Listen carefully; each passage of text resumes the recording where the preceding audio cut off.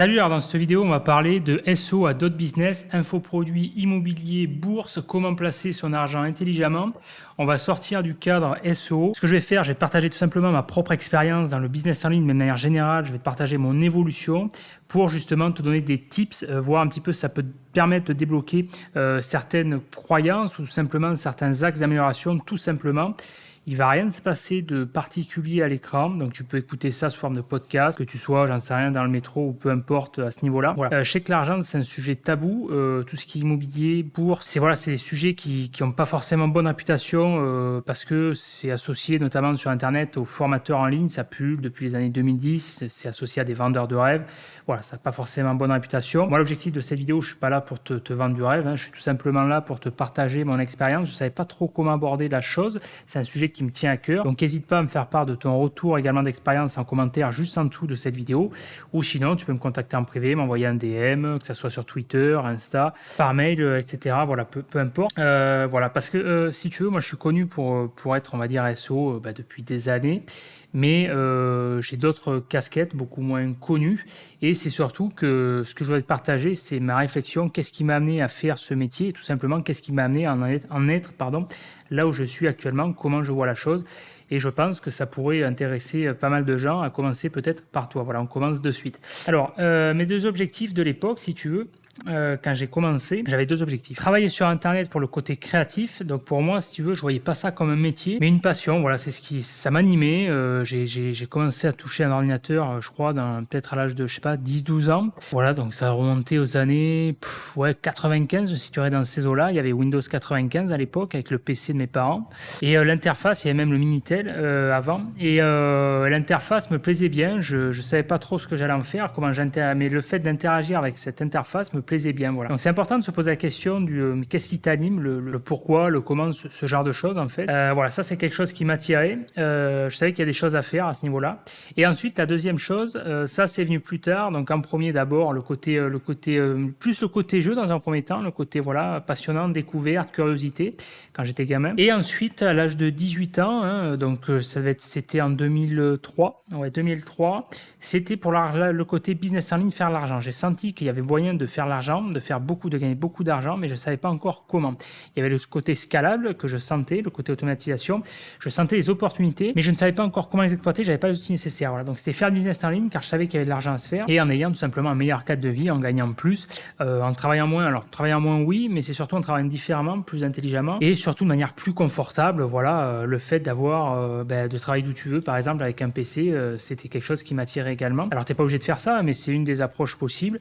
Bon, après il y a eu le courant du digital nomade, du nomadisme digital, qui pour moi a été importé par notamment Jean Rivière de Web Marketing Junkie en 2010 notamment, dans ces eaux-là. Il avait un blog à l'époque que je suivais et voilà, il importait ça des US comme d'habitude et donc il a été à l'origine toute une génération à ce niveau-là, des Yomi Denzel, des Théophile Hélier, des Antoine BM, etc. à ce niveau-là. Peut-être même Marketing Mania Stan Leloup qui a commencé en 2015 aussi, voilà, toute une génération qui ont après fait leur propre cursus, ma foi. Voilà. Alors mon parcours, je vais te présenter brièvement mon parcours parce que je pense que c'est ce qui va servir de fil conducteur et c'est tout simplement te présenter parce que finalement mon parcours c'est peut-être pas forcément ce qui est le plus intéressant, mais c'est surtout te donner derrière la mécanique de penser pour te faire voir tout simplement ce qui m'a permis d'en arriver là aujourd'hui et tout simplement l'évolution. Hein. Voilà, je le répète, l'objectif c'est pas de te vendre du rêve, de passer de la poudre aux yeux, tu vois, je suis pas expat à Dubaï, là je suis à l'étranger depuis 8 mois, mais enfin voilà, j'ai une vie qui est somme toute, comment dire, raisonnable. Aujourd'hui, j'ai la chance de bien gagner ma vie. Mais voilà, j'ai pas une villa à Pétaouchnok ou un truc. Voilà, je me contente de choses simples. Voilà. Ça, après, c'est d'autres approches de vie. Donc, j'ai débuté dans le business en ligne en 2003. J'ai commencé avec la création de sites sous Dreamweaver MX. Ça va peut-être pas te parler. C'était un logiciel distribué de souvenirs par la franchise Macromedia. Macromedia.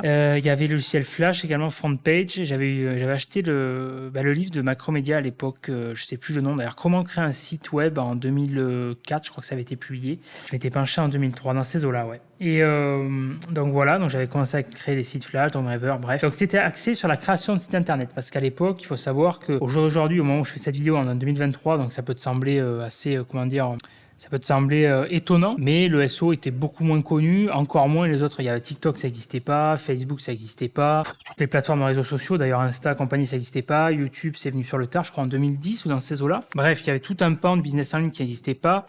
J'avais à l'époque, j'avais fait mes premiers pas pour apprendre parce qu'il y avait beaucoup moins d'informations à disposition. J'avais le site Zero qui, si j'ai pas de bêtises, est devenu Open Classroom, qui s'est rebrandé, qui avait un forum très intéressant, qui apprenait à créer des sites, PHP, MySQL, etc. Donc c'était principalement axé création de site internet. Il y avait le SEO, mais on en parlait beaucoup moins, c'était beaucoup plus opaque. Voilà, donc c'était principalement pour la création de site internet à l'époque. Création de sites sous SPIP aussi, je me rappelle, avec un site de MEAI pour les sites de Morui d'ailleurs.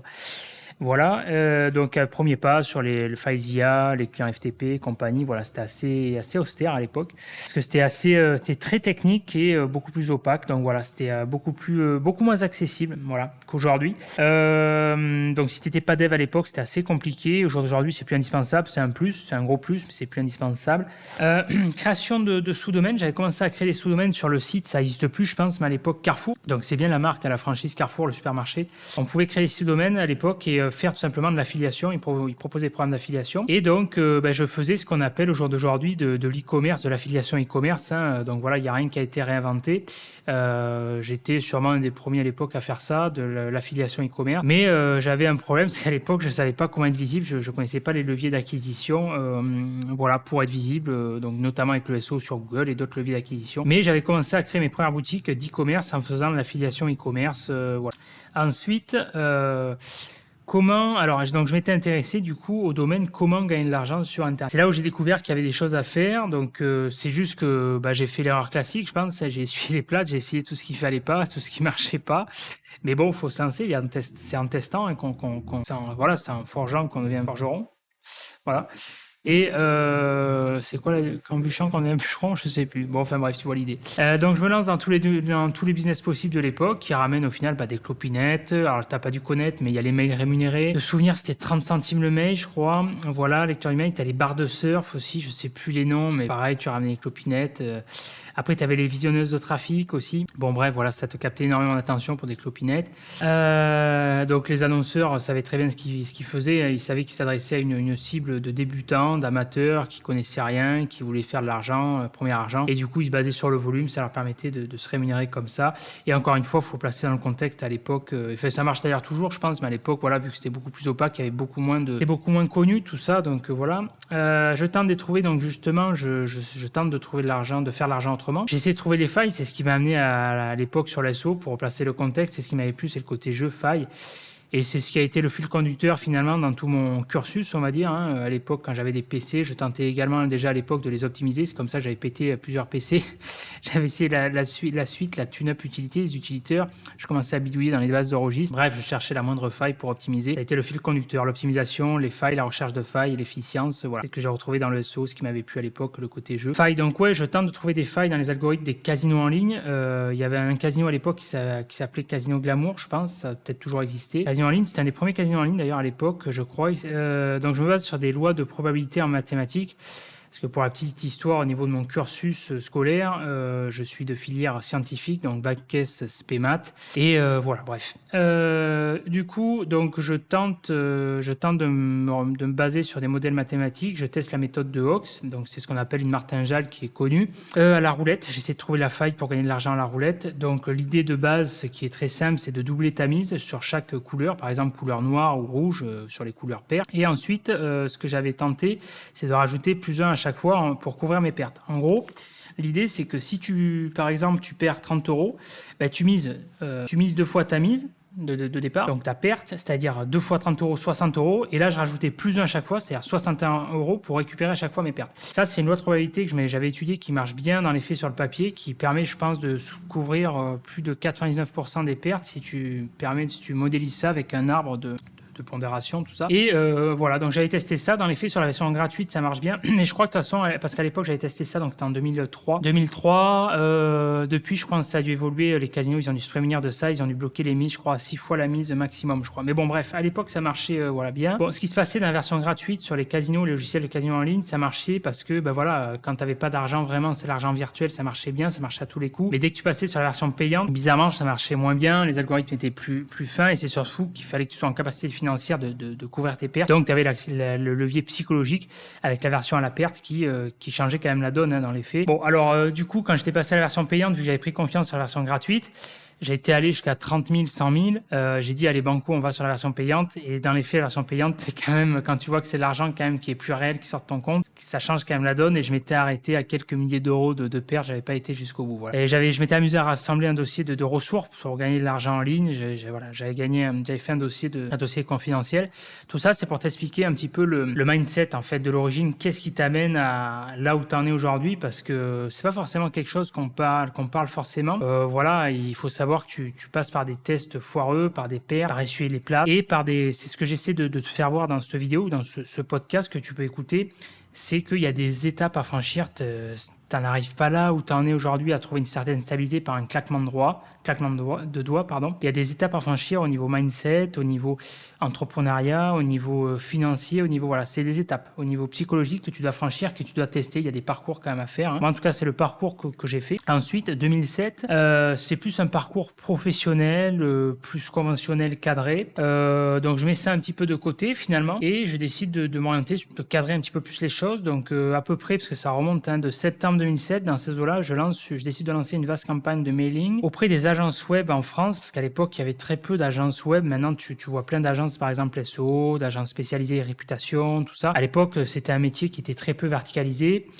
SEO, ça existait très peu à l'époque. On appelait ça des référenceurs par SEO. Et moi, le poste à laquelle je candidatais à l'époque, c'était référenceur flasher poste double parce que c'était pas autant connu, verticalisé à l'époque. Il n'y avait pas autant d'enjeux commerciaux. C'était encore les balbutiements. Voilà. Et donc, je lance une vaste, donc orientée beaucoup création de site web, orientée technique, dev et donc agence web, les agences pionnières à ce niveau-là, voire agence de com.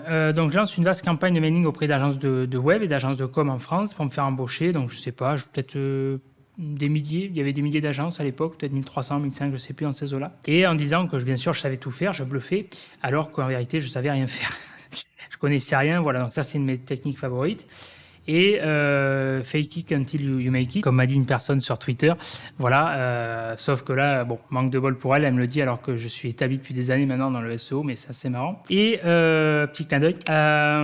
Donc fin 2007, du coup, je fais un post, comment dire, je postule dans une entreprise qui n'a absolument rien à voir pour payer les factures, pour manger. Donc je fais chauffeur-livreur de port, voilà. Qui également, il n'y a pas de saut métier, qui est un métier également très instructif, qui permet de se faire la main également. Tu rencontres des belles personnes. Tu vois la vraie vie également, la réalité du métier, c'est également intéressant. Bon, je m'excuse encore auprès de quelques bouchers pour avoir oublié quelques poches de sang pour faire la sanguette. Voilà, je suis passé à l'abattoir plus tard, mais bon, bref. Voilà, donc le patron, il me proposait de financer la FIMO à l'époque, mais je refuse avec un CDI à la clé parce que je savais que c'était juste un emploi temporaire, un CDD. Voilà, c'est en attendant les réponses à ce niveau-là. Donc fin 2007, il y a une agence qui a mordu à l'hameçon. Donc il y a un entretien qui était prévu à Montpellier en janvier dans ces eaux-là, ouais, je pense. C'était pour un poste double, donc référenceur flasher. Pour la petite histoire, c'est que je connaissais absolument rien à l'époque. Je savais pas ce que c'était référenceur. Ça m'est tombé dessus sur le tas, je savais pas. Moi, ce que je voulais, c'est travailler sur Internet. J'avais pas vraiment d'idée précise. C'était encore très brouillon. Flasher, pareil, je savais pas ce que c'était. Flasher, moi, tu vois, sur le coup, je croyais que c'était un mec qui flashait avec les radars, tu vois. Bon, je me doutais que c'était pas ça, mais voilà. Et donc, je n'ai absolument connaissance en rien en technique, tout ça. Donc, ce que j'avais fait, c'est que vu que l'entretien était prévu de souvenir en janvier, j'avais grosso modo un mois ou deux pour me préparer. Bon, au Flasher, je me suis dit, j'allais arriver à mitonner parce que j'ai un peu de bagou quand même. J'arrivais à improviser, c'est ma force. Flasher, j'allais arriver à pouvoir à mitonner parce que j'avais fait 2-3 sites en flash. Bon, même si c'était éclaté, il n'y avait pas de notions à cette époque. Les notions de header, footer, de repères sur le site étaient assez comment dire, brouillon pour moi. C'était une notion assez étroite, assez vaseuse. Assez abstrait. Donc du coup voilà, mais j'étais sûr de mon coup, tu vois, je pensais maîtriser le sujet. Voilà, jeune innocent que j'ai été, fougueux. Du coup, j'ai dit par contre le référencement, c'était quelque chose que je ne connaissais pas du tout. Donc je me suis dit, je vais prendre un ou deux livres pour comme ça de Olivier Andrieux, je crois que j'avais pris à l'époque et j'avais parcouru le forum de Olivier Dufez de WebRank Info. Je me suis dit pour essayer de savoir, pour pouvoir mitonner un petit peu, savoir de quoi je parle. Voilà, donc j'avais bluffé, baratiné, je m'étais amené avec une grosse sacoche, grosse mallette avec le PC, tout ça, avec plein de docs pour en mettre plein la vue. Bon, je m'étais axé sur les leviers psychologiques pour justement, l'objectif c'était de saturer l'esprit de la personne qui m'a recruté, enfin des deux personnes qui m'ont recruté, il y en avait plusieurs, pour justement leur éviter de penser et justement les confusionner. Voilà, c'était l'idée de l'esprit. Ça a bien marché, j'ai marché au bluff, j'ai dit si vous voulez, je vous fais voir une démo sur le PC pour un exemple de site flash, je crois. Et voilà, heureusement pour moi, le bluff a marché. Il se trouve qu'ils n'avaient pas le temps, ils avaient un rendez-vous, ils ont dit ne vous inquiétez pas, on verra ça plus tard. Heureusement pour moi, parce que s'ils étaient rendus compte du site qui ressemble à rien, voilà. Mais bon, l'idée c'était voilà, comme le poker, il y a une partie bluff. Et voilà, et donc bon, ça a marché, j'ai obtenu un entretien. Voilà, c'était un stage à l'époque avec Pôle emploi, avec le LACRE d'ailleurs, je crois. Et bon, heureusement, du coup, ils se sont rendus compte devant le fait accompli, une fois qu'ils m'avaient recruté, que je savais rien faire. Et voilà, le référencement, quand ils demandaient la différence entre la balise B et Strong, j'ai dit la balise B, bon, mauvaise pioche, enfin bref, voilà. Bon, c'était marrant, du coup, j'ai eu des défis graduels à remplir, avec j'ai dû apprendre plusieurs langages, HTML, XHTML, 400 pages de doc en anglais, tout ça, après plus le SEO. Bon, bref, j'ai appris sur le tas, donc c'était très formateur. Ça s'est fait dans la douleur, l'apprentissage s'est fait dans la douleur, mais très formateur, autodidacte. Voilà, l'apprentissage en agence a été très instructif. Bon, ils ont essuyé quand même les plates, les pauvres, mais voilà.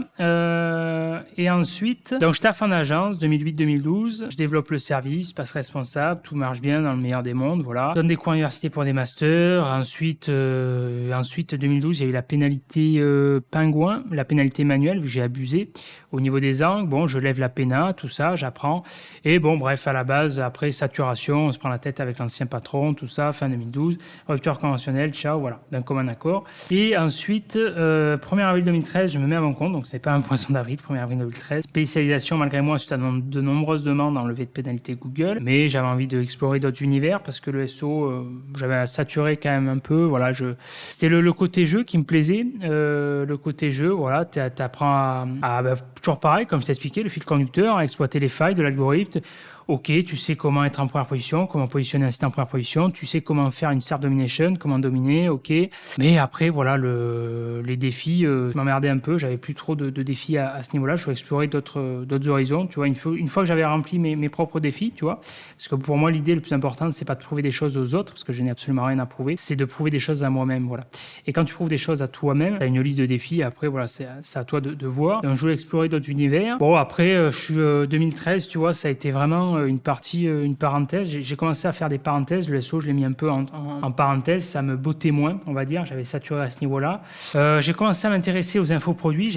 Donc pour la petite histoire, j'avais parcouru le blog de Jean Rivière. Donc je crois que c'était dans les années 2012 que j'avais commencé à le connaître avec le blog de Web Marketing Junkie à peu près, parce que ça date. Donc il avait planté la graine qui avait germé sur le côté. C'est là où j'avais moins pris mon pied, on va dire 2010-2012, il y a eu un point de bascule. 2008-2012, il y a eu la phase de croissance, les 2 ans sur lequel j'ai beaucoup appris. Donc parce que je suis une personne qui marche beaucoup au défi, à la soif intellectuelle. J'ai besoin de défis, d'apprendre de nouvelles choses, soif de connaissances. Et après, une fois que j'ai appris ce que j'avais appris, du coup, on va dire, une fois que les défis sont relevés, je m'emmerde, je commence à tourner en rond et voilà, il y a un petit peu la phase de décrochage. Et ensuite, il y a eu effectivement donc découvert de nouveaux. Donc oui, avec Jean Rivière, Web Marketing Junkie, donc j'ai découvert qu'il y avait une autre approche qui était possible, de mettre à mon compte, d'avoir un autre cadre de vie, de pouvoir travailler d'où je veux, quand je veux, et de développer d'autres choses avec plus le côté. Ce qui me plaisait bien, c'est le style d'écriture, ce qu'on appelait, alors on n'en parlait pas à l'époque, beaucoup moins, le copywriting. Le style d'écriture, le fait de pages de vente, le côté plus marketing finalement que le SEO qui était très réducteur. Il y a eu le côté technique, mais après le côté stratégique, moi ce qui me plaisait plus. Alors à l'époque, ça me plaisait beaucoup, le côté technique, parce que j'ai eu le profil beaucoup technique. Même à l'époque, quand j'avais fait un BTS tourisme qui n'avait rien à voir avec la filière scientifique, j'avais obtenu 19 sur des TP avec c'est patrimoine artistique. 19 parce que c'était une visite guidée. Ouais, j'avais eu ma carte de guide touristique. J'avais fait une visite guidée. Je devais faire un projet, je sais plus le le nom, sur le pont Transborder, je vais y arriver. Pont Transborder à La Rochelle, ouais, d'ailleurs. Bon, bref, à Rochefort, ça t'intéresse, je te laisserai te renseigner sur le sujet si tu sais pas ce qu'est un pont Transborder. Bon, j'avais 19 parce que ce qui m'intéressait, c'était le côté technique, vraiment le côté, voilà, je m'étais penché sur le sujet, le côté l'ingénierie, enfin bref, tout ça. Mais à part tes fêtes, donc la technique m'intéressait et après, c'est surtout la stratégie. Voilà, c'est surtout là la stratégie où je m'éclatais, le fil conducteur. Et la technique, après, m'a intéressé également dans les années 2016-2017. Je me suis penché à fond sur le clocking, sur le côté filouterie et tout, mais c'est plus la partie stratégique. Voilà. Bref, donc du coup, c'est l'infoproduit. Ça m'a beaucoup séduit, cette approche-là, plus marketing, plus ouverte, puis le SEO était trop réducteur. Voilà, donc j'avais lancé mon blog en 2013, c'était le réussissez.com. Bon, aujourd'hui, c'est éclaté, j'en fais plus rien, je sais plus trop quoi en faire, ce nom de domaine. Peut-être j'en ferai quelque chose plus tard, c'est un nom de domaine dormant. Bon, là, j'ai mis un contenu comme ça, tu vois, pour les formations très bateau, mais je l'avais exploité en 2013. J'avais vendu donc un e-book que j'avais vendu comme une méthode pour changer de vie. Voilà, que ça me tenait à cœur. Suite justement à la quête spirituelle, j'y viendrai après, que j'avais eu plus tard, enfin avant, pour partager un retour d'expérience, tout simplement. Donc j'avais publié ce livre sur format Kindle Amazon, mais ça rapportait pas beaucoup, c'était 9,99, j'avais mis le prix max, j'avais mis ça sur l'Apple Store. Un numéro IRS à l'époque, ça a toujours été le cas, déclaré être aux impôts aux US. C'est assez compliqué à l'époque, plus facile maintenant, donc pour pas emmerder, j'avais sous-traité la presta à un mec qui s'appelait, comment il s'appelait, Rémi, je sais plus son nom. Bon, c'était le club des entrepreneurs à l'époque. Il y avait Antoine BM qui, en 2012, avait débuté d'ailleurs. Il était dans le blogging avec un autre aussi d'Oser Briller, de mon bon pote, comment il s'appelle, Jordan, je sais plus le nom. Bon, bref, il y avait ce club-là et Rémi, je sais plus. Donc, il faisait ça à l'époque, une presta. Bon, il en fait plus, hein, il fait autre chose. Et donc voilà, mais c'était plus rentable de le vendre. Je l'avais packagé comme une méthode sur le blog réussissez.com que j'avais vendu c'était les fameux prix classiques à 29,90 ou 29,99 à l'époque. Ça marchait bien. Et j'avais pas poussé le truc, mais déjà j'avais commencé, c'était mes premiers pas dans l'infoproduit, j'avais généré, je crois de souvenir, quelque chose comme 400, 500, 600 balles. Et c'est là où, si tu veux, ça m'a fait un déclic. Je me suis dit, putain, il y a quelque chose à faire dans l'infoproduit. C'est super facile de gagner de l'argent dedans, de vendre de l'argent. Voilà. Alors ça, c'est après à toi de voir où tu places le curseur, l'éthique notamment. Tu peux gagner de l'argent en vendant n'importe quoi. Moi, il y a une valeur éthique qui est importante pour moi. Donc, j'essaie toujours de placer le curseur, de gagner de l'argent en vendant quelque chose sur lequel je sais que je peux apporter de la valeur en changeant la vie des gens ou en tout cas en apportant de la valeur tout simplement en provoquant un déclic. Voilà, tout simplement. Donc ça, c'est quelque chose qui m'avait botté. J'avais été très séduit, très attiré par cette approche-là. L'infoproduit, les produits digitaux, beaucoup plus rentable pour moi de l'affiliation. Je m'étais mis l'affiliation rentable aussi, mais ça me bottait beaucoup plus. Voilà, l'infoproduit, ça me parlait bien. C'était beaucoup moins connu en plus à l'époque en France, voilà. Ensuite, je m'étais intéressé à, pareil, pour faire mes muses avec l'algo Amazon A9, qui est assez simple à hacker finalement, à ranker, pour justement ranker en top 6 des best-sellers de livres, là, le format Kindle que j'avais publié, la méthode pour changer de vie. Et j'avais pu le ranker en top 6 des ventes. À la base, c'était un top 100. Je me dis, on va pas s'arrêter là, top 6. Et je voulais ranker en top 1, mais bon, après, j'avais un peu abusé avec la technique qui était assez agressive, parce que ça a vraiment été mon fer de lance, le côté un peu agressif au départ. Et bon, c'était pas trop fin. Du coup, je m'étais pris un mail d'Amazon qui s'était aperçu de la supercherie et bon, j'avais arrêté le truc. Et voilà, après, ça avait dégradé le classement. J'avais simulé des fausses ventes, enfin bref. Et voilà, mais c'était le côté fermumuse, voilà. Ensuite, tout ça pour te dire que c'est important d'aller voir ailleurs, hein, pas que le SEO, tu vois, pour le côté mindset, trouver stratégie. Il y avait le côté AdWords aussi que j'avais utilisé en agence. En agence, j'avais passé l'examen, que j'avais été certifié Google AdWords partenaire, je sais pas quoi là. Et bon, j'avais géré les campagnes AdWords, voilà, sur des budgets, je sais plus, 20, 30, 40, peut-être 50, souvenir. Ça dépassait pas, pardon, les 100K, ouais. Après, ça m'intéressait pas trop. Ensuite, voilà, mais c'est intéressant parce que ça donnait des idées pour gérer une campagne également. Tu avais des points communs avec le SEO, notamment les études, les pyramides, les structures, les arborescences en silo. Et ensuite, après, il y a toute la partie en dehors finalement du SEO, du business en ligne. Toute la partie, parce qu'après, il y a la création de contenu. Je m'y suis mis depuis 2020, ouais, je me suis penché dedans. C'est quelque chose qui me tient à cœur depuis une paire d'années, notamment, je pense, depuis 2012. J'avais pas osé franchir le pas à ce niveau-là. Voilà, j'avais pas la maturité également émotionnelle à ce niveau-là, la maturité au niveau des compétences. Et j'ai bien fait parce que quand t'es créateur de contenu également, t'es exposé. Il faut pouvoir gérer l'exposition, notamment au niveau des haters. Tu vas être exposé à des critiques. Un excellent exemple, c'est la plateforme Twitter, qui est une plateforme très toxique, notamment sur le marché français, beaucoup moins sur le marché US, mais très sur le marché français, beaucoup, notamment dans la thématique également SEO ou marketing ou thématique argent, toutes les thématiques un petit peu touchy, parce que tu as beaucoup de personnes frustrées qui ont un complexe d'infériorité, qui ont un ego surdimensionné incroyable, qui ont ce besoin, qui sont frustrés, qui ont des vies misérables, qui ont ce besoin justement de dépencher leur poison émotionnel, leur haine sur n'importe quelle personne, finalement, que ça soit moi ou n'importe quelle personne. Moi, je sers juste de surface projective pour tout un tas de raisons. La personne peut avoir passé une mauvaise journée, elle peut avoir passé une mauvaise journée dans un métro, elle va rencontrer quelqu'un, elle peut avoir perdu de l'argent, le mec peut être s'embrouiller avec sa femme, peu importe. Toi, tu es là au mauvais moment, tu vas servir de surface projective. Ou alors, bref, dans tous les cas, peu importe la raison, quoi qu'il se passe, n'en fais pas une affaire personnelle, comme dit l'accord Toltec, pardon, parce que ce qui te permet... C'est important de prendre du recul par rapport à ça, et c'est pour ça qu'avant de t'exposer, c'est une parenthèse qui est importante, c'est un podcast freestyle, mais ça me tient à cœur, pas trop cadré. Si tu veux te lancer, tu veux être exposé en ligne, que tu sois créateur de contenu ou peu importe. C'est important, c'est ce qui coûte cher d'ailleurs aux personnes qui n'ont pas cette maturité émotionnelle, notamment les personnes qui se lancent dans la télé-réalité, qui ont une instabilité psychologique ou une faiblesse psychologique, parce que si tu n'as pas la connaissance nécessaire, effectivement, si tu prends les choses à cœur, ça peut te coûter cher. Mais si tu prends de la distance, c'est assez finalement facile. Pourquoi ? Parce que tu te rendras compte finalement que ces personnes-là, elles attaquent toujours les mêmes personnes, et c'est surtout qu'elles ne te connaissent pas. Elles ne te connaissent pas, elles ne prennent pas la peine de te connaître. Elles ont une forme qui est très agressive, parce que si le fond du débat est intéressant, moi je peux échanger avec des personnes qui sont très mesurées dans ce domaine, dans le domaine SEO. Il n'y en a pas beaucoup malheureusement. Je pense à des personnes comme Sylvain Perronnet, une personne que j'ai appris à découvrir qui est très intéressante, au-delà de ses compétences pures en termes de SEO. Il est connu pour sa connaissance notamment sur les algorithmes, avec ses formations, masterclass, etc. Mais c'est une personne sur laquelle tu peux avoir un débat qui est intelligent, qui est mesuré. Tu peux avoir des débats constructifs avec, et malheureusement sur la forme ça pêche beaucoup dans cette communauté.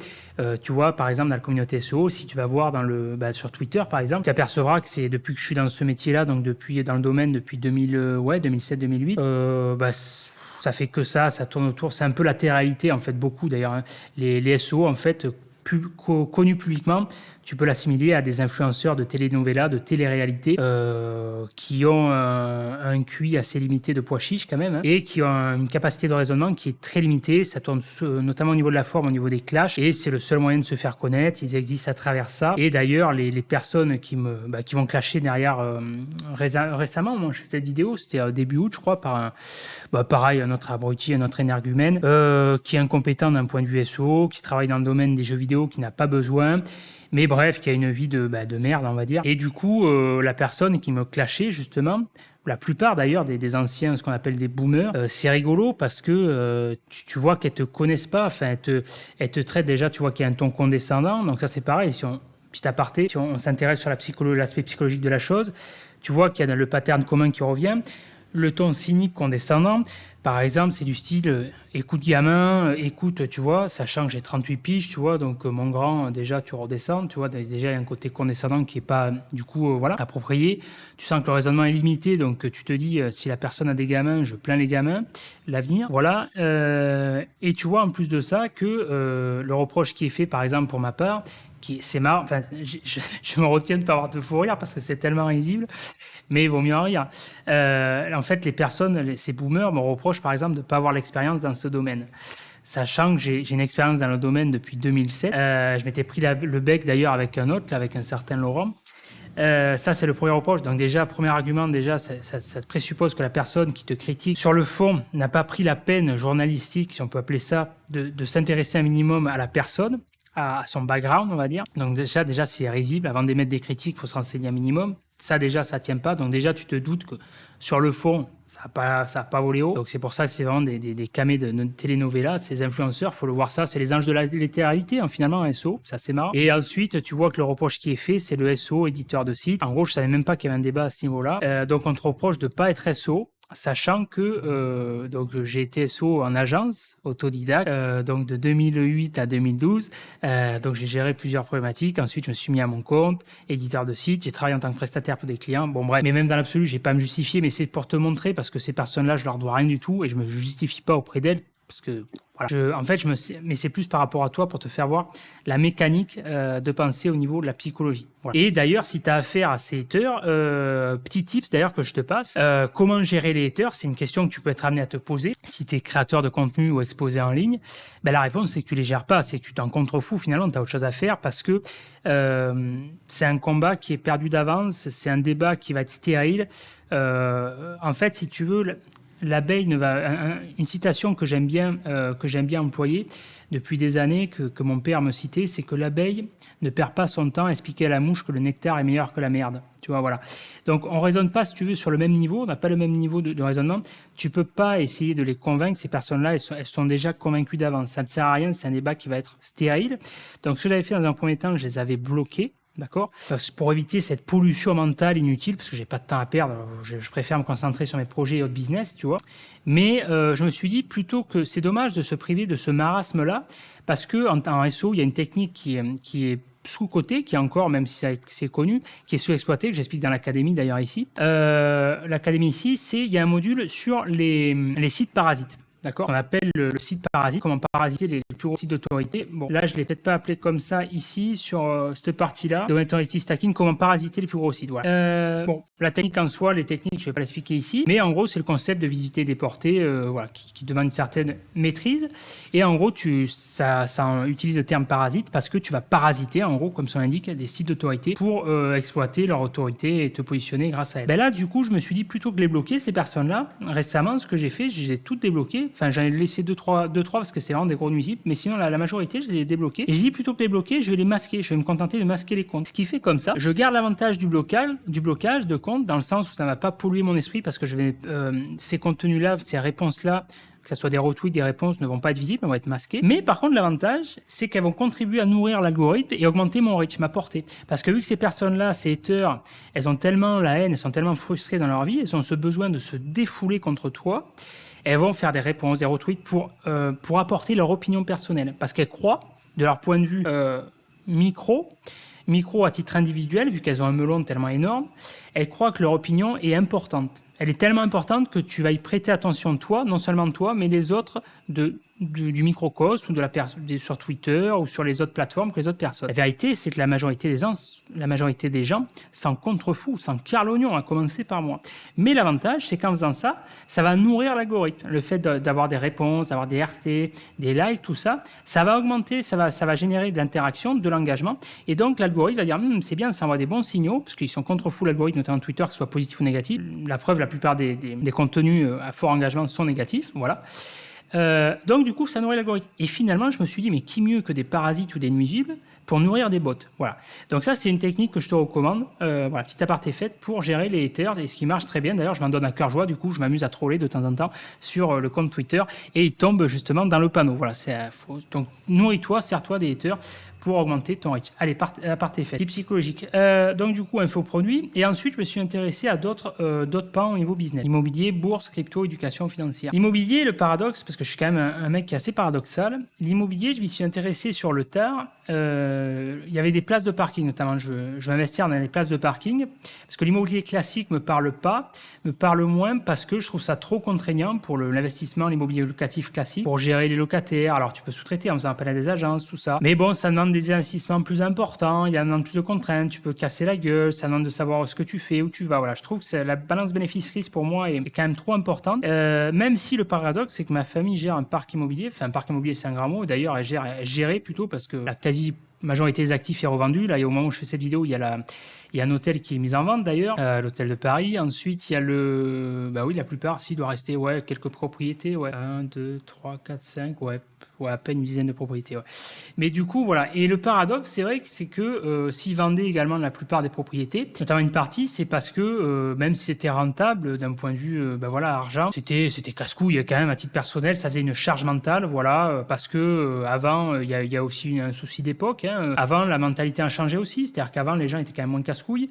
Aujourd'hui, c'est quand même plus, Pas tous, mais statistiquement, voilà. Mais moi, ce qui m'intéresse chaque fois, c'est mon fil conducteur dans les placements, dans les investissements, c'est la balance bénéfice-risque. C'est ce qui me plaît d'ailleurs dans le business en ligne. C'est un business qui présente beaucoup d'avantages et très peu d'inconvénients. Voilà. Et dans l'immobilier, donc ce qui me séduit dans l'immobilier, c'est les places de parking. Il y a un très bon rendement, c'est beaucoup plus accessible. Alors, je n'irai pas dans les détails. Je me suis rendu compte des bonnes stratégies à faire à ce niveau-là pour être bien productif pour optimiser ce placement-là. Il faut juste être créatif. Et ensuite, ce qu'on appelle la pierre papier avec les SCPI. Alors après, tu as d'autres trucs, le crowdfunding, etc. Et plus bourse immobilier, c'est encore autre chose. Mais les SCPI, c'est vrai que ça m'intéresse bien aussi parce que... alors mon père avait ça, il avait acheté les EHPAD, des trucs comme ça. Ce qui est intéressant avec les SCPI, c'est que ça donne accès à des marchés auxquels toi, en tant que particulier, tu n'auras pas accès, comme des hôpitaux ou des trucs comme ça. Et il y a des rendements qui sont intéressants. Voilà. Donc là, je commence, on va dire, à faire mes premiers pas là-dedans, m'intéresser. Voilà, j'ai mis du temps à m'intéresser. La bourse également, c'est un paradoxe. Je m'y suis intéressé sur le tard. Alors, Cartotechnique, c'est aussi un autre paradoxe parce que pourtant, j'aime bien la technique. Mais par contre, ces dernières années, depuis peut-être, je sais pas, 2020, dans ces eaux-là, depuis que je me suis lancé sur la création de contenu, la technique m'intéresse de moins en moins, je m'en éloigne. C'est plus le côté stratégique et créatif. Je retourne vraiment à mes premiers amours, c'est la créativité plus qui me passionne et le côté faille, le côté stratégie, voilà, ça c'est vraiment ce côté leitmotiv. La technique, c'est pour ça que je laisse le débat de plus en plus sur les soi-disant pseudo-experts, gourous, qui s'astiquent le manche comme des hyènes autour d'une charogne, c'est vraiment l'image. Voilà, la technique, ça m'intéresse de moins en moins et surtout que au jour d'aujourd'hui, c'est pas la technique qui va faire la différence. Voilà. Donc la bourse, ce qui m'intéresse, j'ai eu un intérêt avec la gestion passive. En fait, pour la petite histoire, c'est un paradoxe parce que ma famille, pourtant, est boursier. Vu que la plupart de ma famille maintenant est morte, est décédée. C'est mon grand-père qui a fait ses premiers pas en bourse. Il est plus là aujourd'hui, le pauvre. Il a eu un cancer du pancréas. Du coup, il s'est intéressé. C'est lui qui a créé entre guillemets l'empire familial. En bourse, il s'y intéressait. Donc à l'époque, il y avait Bourse Direct. Après, il est passé sur Boursorama. Et donc c'était dans les années 90-2000. Et ensuite, parce que Boursorama, il n'y avait pas Boursorama Banque encore à l'époque. Les filiales Société Générale, et bref. Et du coup, donc, il s'est intéressé. Il a commencé à m'expliquer la bourse classique avec les produits dérivés, les puts, les calls, etc. Mais bon, j'étais gamin, j'avais 10 ans à l'époque. Donc, c'était encore assez abstrait à l'époque. Alors je me rappelle, j'allais chercher, pourtant, je jouais aux échecs avec lui. J'allais chercher le journal La Tribune. Je me rappelle la gueule d'ailleurs des livreurs quand tu avais un gamin au compte 3 pommes qui prenait un malabar et le journal La Tribune, le paradoxe, plutôt que de prendre des livres que les autres gamins prenaient à l'époque. Mais voilà, c'était trop technique à l'époque. Je percevais pas trop l'intérêt, en fait, parce que j'associais la bourse à quelque chose de risqué. Parce que, mon grand-père avait un profil à risque, il aimait bien faire mumuse. Et donc voilà, mais j'avais pas ce connaissance de gestion passive. Mon oncle, beaucoup trouillard, plus gestion passive, mais pareil, il est quand même resté sur cette bourse-là, classique. Qui est encore vivant, lui. Voilà. Bourse classique, même si à l'époque, il m'avait ouvert un compte sur Boursorama à 12 ans. On pouvait ouvrir sur un compte en tant que mineur. Mais c'était un CTO, je crois, un compte titre, ordinaire. Et après, il y avait mon père aussi, profil à risque, qui est plus là aussi, le pauvre, mort d'un accident de la route. Et donc, pareil, mais j'avais toujours pas sauté le pas, manque de formation peut-être à cette époque-là. Et donc aujourd'hui, je m'y intéresse au moment où je fais cette vidéo, depuis le mois de juin, sur le tard, parce que j'ai capté désormais l'intérêt, j'ai trouvé des failles intéressantes.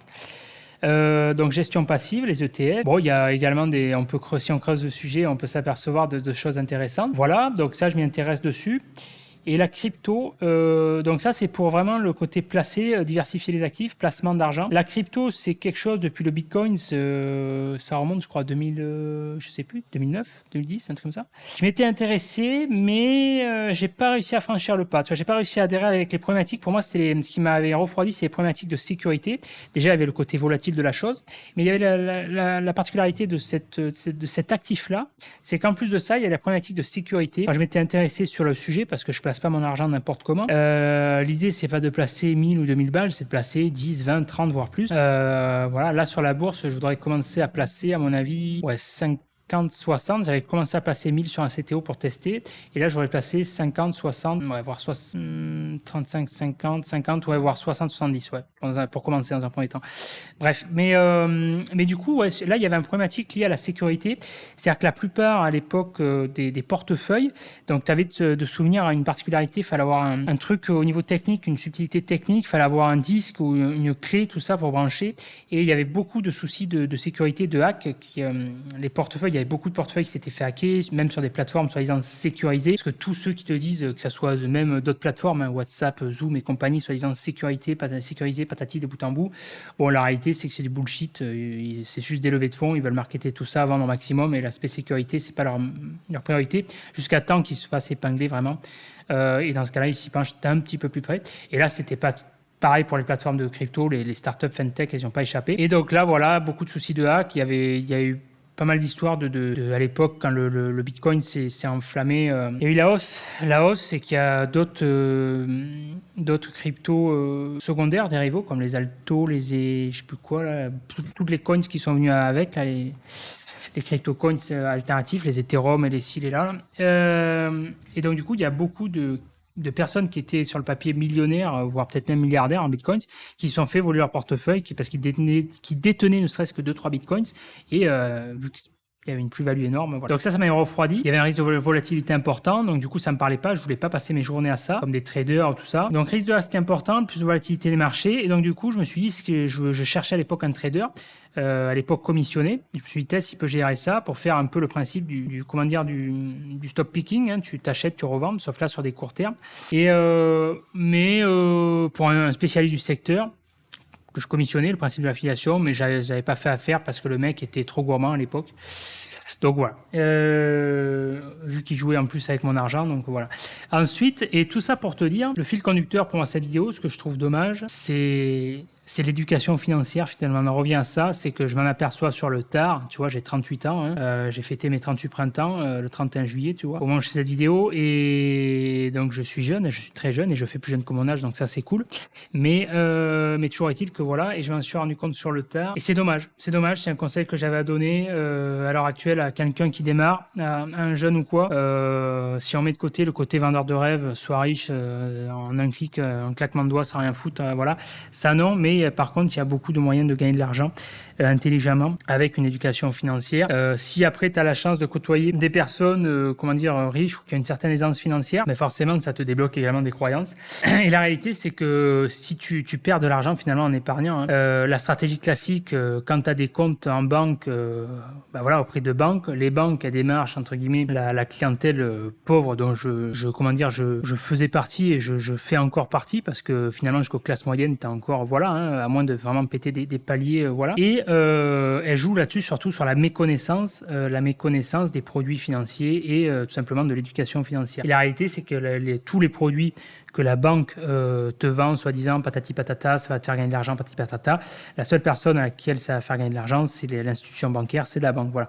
Elle va commissionner, elle va gagner des frais, elle va gagner de l'argent sur les frais, tout un tas de frais qu'elle te ponctionne qui peuvent te paraître rédhibitoires, 0,5%, 1%, 2%, mais cumulé sur un nombre de portefeuilles et de volumes, c'est très important. Voilà. Le problème, c'est que ton argent, il dort. Souvent, avec la problématique d'inflation, si tu calcules un rendement net d'inflation, c'est négatif. Si par exemple, tu as un taux de, le taux de rendement sur ton livret d'épargne, admettons, de 2% ou 3%, mais que le taux d'inflation actuel est à 6%, ce qui compte, c'est le rendement net d'inflation. Parce que forcément, bizarrement, elle te balance toujours à la gueule. Oui, tu as un taux de rendement, elle parle de ça, d'intérêt, elle ne parle pas de rendement, ils utilisent ce terme-là. Elles ne vont pas utiliser des termes spécifiques exprès, elles vont partir de taux d'intérêt, elles ne vont pas utiliser des termes, là. Donc, taux d'intérêt 2-3%, donc dans ta tête, tu dis, c'est cool, je gagne 2-3%. Ouais, mais non, sauf que déjà, le taux d'intérêt, il est pas énorme. Tu as des taux d'intérêt qui sont nettement supérieurs à plus de 10%. Et c'est surtout que si tu calcules en rendement net d'inflation, c'est surtout ça qu'il faut voir. Tu es négatif, concrètement, ça veut dire quoi? Ça veut dire que tu gagnes 2-3%, c'est bien, mais si là, tu as une inflation à l'heure actuelle à 6%, tu calcules le delta, admettons, de 3% avec une inflation à 6%, tu perds 3% sur ton argent. Voilà, tu as un rendement net d'inflation de 3%. Ce qui fait qu'à l'arrivée, si tu places 30 000 € d'épargne, tu vas perdre de l'argent. Voilà. Et c'est pour ça que si je veux dire, il n'y a pas besoin de faire des études supérieures pour ça. Hein. Je veux dire, tu te rends compte le prix, admettons, de la baguette de pain ou des patates que tu t'achetais à l'époque. Tu regardes là avec le prix que ça coûte, tu vas vite t'apercevoir qu'il y a un souci. Voilà, c'est pareil si tu compares le SMIC à l'époque avec maintenant et que tu vois ce qu'on appelle le pouvoir d'achat, tu te rends compte qu'il y a un problème. Le meilleur moyen de t'en rendre compte, c'est sur l'accès au logement. Voilà, au marché immobilier, hein, quelqu'un qui gagnait 2500 balles à l'époque, la majorité pouvait être propriétaire, accès au logement de manière assez facile. Aujourd'hui, très compliqué. Voilà. Si tu n'as pas un apport conséquent, si tu n'as pas un certain nombre de garanties, voilà, c'est compliqué. Donc voilà, les frais des banques classiques trop importants, les produits d'assurance vie classiques et autres qui présentent aucun rendement intéressant, qui ne sont pas rendement intéressants, contrairement à ce qu'on te fait croire. C'est des très mauvais produits avec des très mauvais rendements. Il y a des placements, il y a des produits d'assurance vie, mais ça ne se trouve pas dans les banques classiques. Voilà, les seuls gagnants sont les banques. Encore une fois, tu enrichis les banques. Là, c'est pour ça que moi, je suis en phase de restructuration. Je vais tout rapatrier vers. Là, j'ai commencé avec des banques en ligne. Je mets ça aussi sur d'autres produits. Je restructure également sur voilà. Ensuite, les seuls gagnants donc, sont les banques. Les produits financiers intéressants ne sont pas proposés par les banques et la majorité, justement, j'investis. J'investis dans divers actifs, comme je t'ai dit, la bourse, l'immobilier. Je vais investir dans l'immobilier, dans les placements, les places de parking, etc.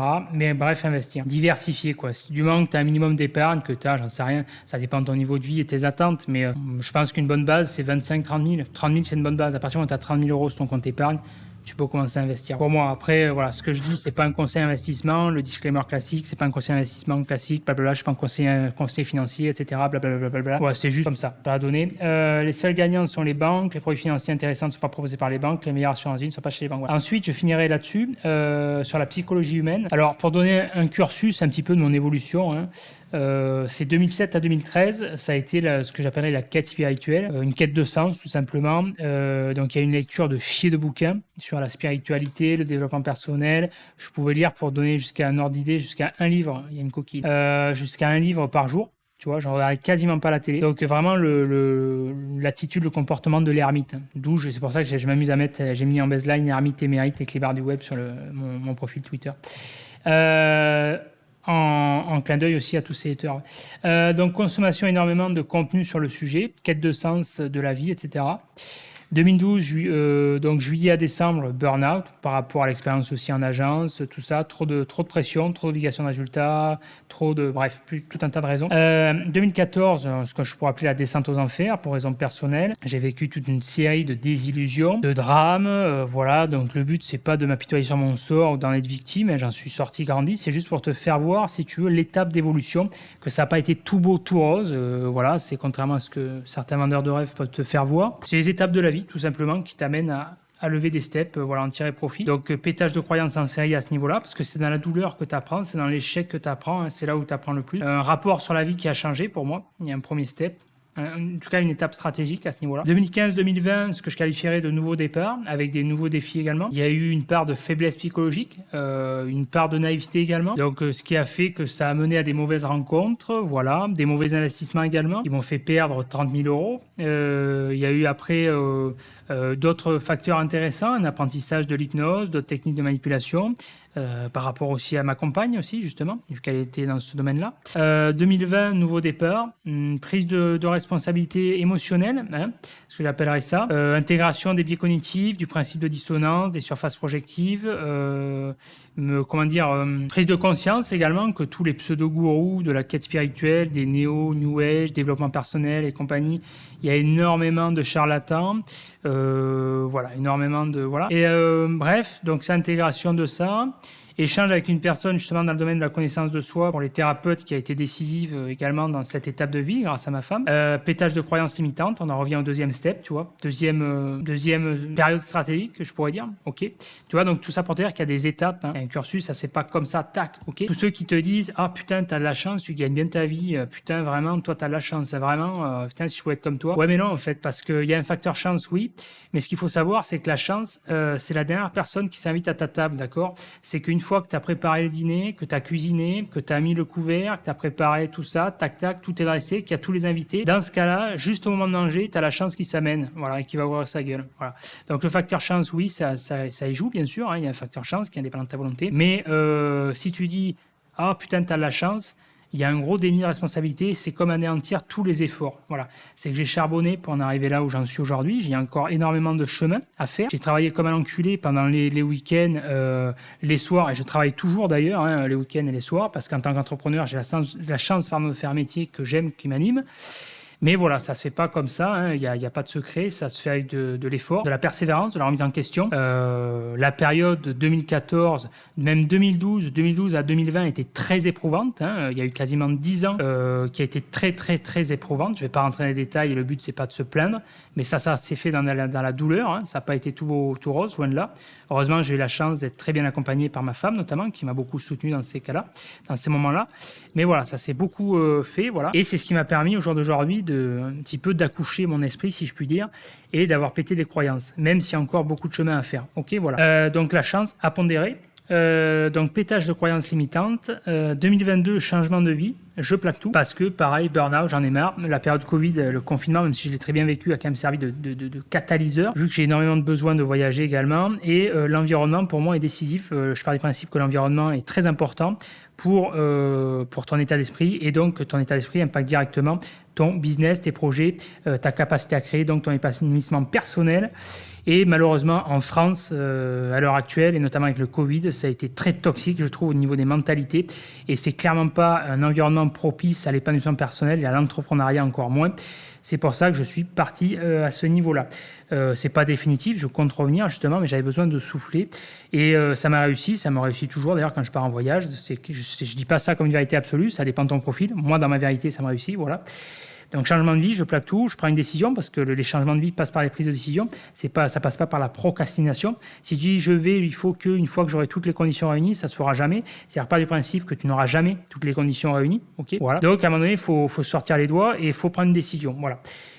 Donc la décision a été prise en avril 2022. Je m'étais fixé une deadline. J'ai dit si ça ne change pas en avril 2022, paf, il y aura des décisions qui seront prises. Paf, ça a été pris. Il faut savoir être honnête envers soi-même et tenir ses engagements. Donc je vends mes voitures, mes meubles, tout. 13 novembre 2022, départ. Donc là, au moment où je fais cette vidéo, ça va faire demain le 13 août, donc 9 mois que je suis à l'étranger. Donc, que j'expérimente la vie de digital nomade qui se passe très bien. Ça a été la meilleure décision de ma vie d'ailleurs. C'est ce qui a débloqué mon business, ma vision de la vie, tout. Il y a eu un avant et un après, clairement. C'est clairement un changement de vie. C'est pas du bullshit pour le coup. Donc, l'idée, c'est pas de te mettre la poudre aux yeux, te vendre du rêve. L'idée, c'est pas de dire, tac, ça y est, je me suis acheté un jet, je me suis fait péter la vie à l'état. Non. Mais il y a clairement eu un avant et après. Il y a un décollage à titre, effectivement, au niveau du business, au niveau de ma richesse personnelle, en dehors du business, parce que le business, ça ne se limite pas uniquement, en tout cas l'argent, la prospect financière uniquement aux revenus de ton business, des revenus mensuels, d'accord. Il y a tout un tas d'argent qui proviennent de tes rentes, par exemple. Je touche des loyers avec des fermages, avec d'autres par rapport à d'autres placements à ce niveau-là, sur des noyers, d'autres, je ne vais pas rentrer dans les détails, d'autres placements, tout simplement. Il y a également d'autres placements avec des rentes, avec des assurances vie, avec d'autres intérêts qui sont cédés, avec, il y a eu des rentrées aussi avec le notaire, avec d'autres argents, voilà, bref, là il y a la vente d'un hôtel aussi, voilà. Et donc voilà, mais tous les curseurs se sont débloqués. Et ça n'a pas été un hasard, même s'il y a quand même le facteur chance, mais il y a le fait que ça valide aussi, une fois que c'est clair dans ta tête, paf, tu pètes des croyances. Finalement, les résultats que tu récoltes dans ta vie sont le reflet de ton propre état d'esprit, ton propre raisonnement à l'intérieur. Voilà. Une fois que tu es prêt à l'intérieur, pouf, la vie va te donner, va te refléter ta propre réalité, en fait, ton raisonnement, tout simplement. Ok. Bon, on va pas rentrer dans les détails, ça après on peut partir dans les délires de philosophie. Bref, mais c'est vrai, sans rentrer dans le côté gourou et compagnie, voilà. Donc 2022, voilà, décision prise, je vends, voilà. 13 novembre départ, 2023 au moment où je fais cette vidéo, je suis toujours à l'étranger. Donc là, tu vois, je suis à Lombok, là dans une villa que j'ai louée pour 15 jours, et j'en suis très content, très peu touristique encore en plein mois d'août, c'est très rare. Pour moi, c'est ça le vrai luxe justement. C'est qu'il y a encore très peu de touristes. C'est le tourisme des années 90, si tu as eu la chance de connaître, qui est très rare au jour d'aujourd'hui. Voilà. Et donc, j'en suis très content. Même si je me suffis quand même de choses simples. Je voyage en sac à dos, en backpack, mais voilà, de temps en temps, j'aime bien dans ce cadre-là. Voilà, mon business a décollé en fin d'année. C'est ça qui est également intéressant. Je finirai là-dessus, qui est important de comprendre. C'est pas un hasard, ça a décollé en fin d'année. C'est parce que j'ai changé mon environnement. Et c'est pour ça que la plupart, d'ailleurs, des créateurs de contenu, que ça soit Jean Rivière, Marketing Junkie, qui a lancé toute cette génération, Antoine BM, Stan Leloup, je sais pas, mais même lui, il était parti à Chiang Mai à l'époque, en Thaïlande, et le côté mode. L'effet mode, c'était tout le monde est parti à Chiang Mai, et maintenant tout le monde part à Bali, à Canggu et compagnie. Bon, moi j'ai jamais, enfin si, je comprends l'effet mode parce que voilà, pour avoir un environnement et tout. Bon, moi j'ai pas besoin d'être entouré pour réussir. Je me suis fié à moi-même et le côté mode, ça m'a jamais attiré. Et le côté où il y a tout un tas de personnes, j'ai plutôt tendance à fuir cet aspect-là. Je suis passé à Canggu la dernière fois vu que j'ai passé à côté, je me suis dit voir un petit peu, me nourrir un petit peu de ça vu que c'est le côté hype, le côté mode, pour voir ce que ça donne. Bon, sans surprise, il y a plein de digital nomades. J'ai été déçu par contre par le côté, je pensais qu'il y avait un truc un peu plus centré comme Kuta, un côté plus centre-ville, mais c'est pas des lieux qui m'attirent. Moi, j'ai plutôt tendance à fuir ce côté-là, avoir un côté un peu moins touristique. Voilà. Mais par contre, pour l'environnement, très intéressant. Pareil, Tony aussi, Tony Neve, créateur de contenu dans le domaine de la niche marketing. Antoine Bougan, je sais pas, mais pareil, Tony qui est parti, ils partent tous pour une certaine période donnée, 6 mois, 8 mois, 1 an et demi. Et ensuite, pour t'ouvrir l'esprit, ton business d'école, ça change, ça paf, tu sens que ça pète ton truc, tu pète de croyances. Et après, tu as un avant, un après, tu as quand même, une fois que tu as pété un certain nombre de croyances, tu as passé un certain step, un certain niveau, tu n'as aucun retour en arrière qui est possible. Même si tu retournes dans un environnement toxique, s'il faut éviter, tu as quand même cette chance-là. Voilà. Donc, en février au Cambodge, il y a un nouveau palier qui a été franchi. Nouveau pétage de croyances. Je me suis retrouvé aussi, voilà, c'est là où j'ai développé aussi une nouvelle formation. C'est là où ça a décollé parce que j'ai lâché prise, tout simplement. Il y a une intégration de compétences, de connaissances aussi, de croyances. Au mois de mai, alors ça, mai, ça a vraiment été à l'heure actuelle où je fais cette vidéo, j'en ai pas eu depuis, vraiment qui soit aussi décisif que ça au mois de mai. Quand j'étais dans une autre villa que j'avais louée pendant 1 mois et demi à Ubud, en Indonésie, ouais. Je suis en Indonésie depuis le mois d'avril. Là, j'ai quitté Bali, trop touristique. Et ouais, nouveau pétage de croyances et vraiment gros pétage de croyances. Comme les plus gros pétages de croyances, ça a vraiment été 2014, ça a été plus la désillusion par rapport au drama personnel. Après, gros pétage de croyances dans le domaine, vraiment, c'était 2020 quand j'ai échangé avec cette personne-là. Et pour le positionnement, et là, mais effectivement, 23, nouveau pétage de croyances. Là, il y a c'est tout le puzzle qui s'est assemblé en fait. Au-delà, qui va bien au-delà du côté business, tout ça, plus éducation financière, vision de la vie en général, profil investisseur, tout, voilà. Vraiment, tout qui a changé, tout qui a vrillé et vraiment qui a changé complètement ma façon de voir la chose finalement, tout simplement. Nouveau palier de franchise, nouvelle vision de vie et donc forcément, ça se ressent dans ma manière d'aborder mon business, oui, mais dans toute ma manière d'aborder finalement les domaines de ma vie finalement. Voilà. C'est pour ça que cette année, pour moi, c'est vraiment l'année de la restructuration. Je restructure tout. Ça soit le notaire, la banque, tous les trucs, quoi. Bref. Voilà, le cabinet d'expertise comptable, tout. Il y a toute une phase de restructuration. J'ai repris ma comptabilité depuis le mois d'avril, tout. Enfin voilà, bref, restructuration. Et donc tout ça pour dire, je m'arrêterai là. L'environnement est déterminant dans la réussite de ces projets. Si j'ai un conseil à te donner, expérimente-le, encore une fois, ne me crois pas sur parole, expérimente-le par toi-même. En tout cas, pour moi, c'est une vérité que j'ai expérimentée. L'environnement est déterminant dans la réussite de tes projets, de sa vie et de manière plus générale pour l'épanouissement personnel, vu que c'est quelque chose que je vise. Pour moi, gagner de l'argent, c'est pas une fin en soi. C'est surtout ce que je vise, c'est une liberté financière, géographique et surtout de pouvoir financer tout simplement mes projets, de vivre l'épanouissement personnel. Voilà. Et la seule personne qui peut changer sa vie, c'est toi, tout simplement. N'écoute pas les autres, crois en toi-même. Je sais que ça peut paraître très bateau, mais tout simplement, moi, ce qui me réussit au jour d'aujourd'hui, c'est tout simplement d'être authentique, de faire ce qui me plaît, de m'écouter. Voilà, tout simplement, parce qu'on a le défaut qu'on a tendance, c'est d'écouter les autres, alors que la seule personne qui te connaît, c'est toi-même. Et une fois que tu gagnes confiance en toi, et que ça t'intègre vraiment des données, de la psychologie humaine également aide beaucoup, mais l'intégration surtout. Et une fois que tu passes ces paliers-là, ça aide grandement. Voilà. Si je vais m'arrêter là, c'est une vidéo très freestyle. Je ne sais pas si elle t'a plu. C'est vrai que ça n'a pas été cadré du tout. Ça s'écoute plus comme un podcast comme ça. Voilà, ça me tenait à cœur. J'essaierai peut-être d'en refaire une un petit peu plus cadrée. Ça a été fait un peu à l'arrache comme ça, mais c'était plus pour te partager comme ça un petit peu plus une mécanique de pensée finalement, ce qui se passe un petit peu dans mon cerveau. Voilà. Un partage à ce niveau-là, ok? Allez, like cette vidéo si ça t'a plu, fais-moi part en commentaire, juste en dessous de cette vidéo, fais-moi part si ça t'a plu ou pas, fais-moi part de tes critiques si elles sont constructives, bref, fais-moi part de ton retour, tout simplement, ok? Donc abonne-toi à la chaîne si ce n'est pas déjà fait pour être tenu informé de mes prochaines vidéos, ok?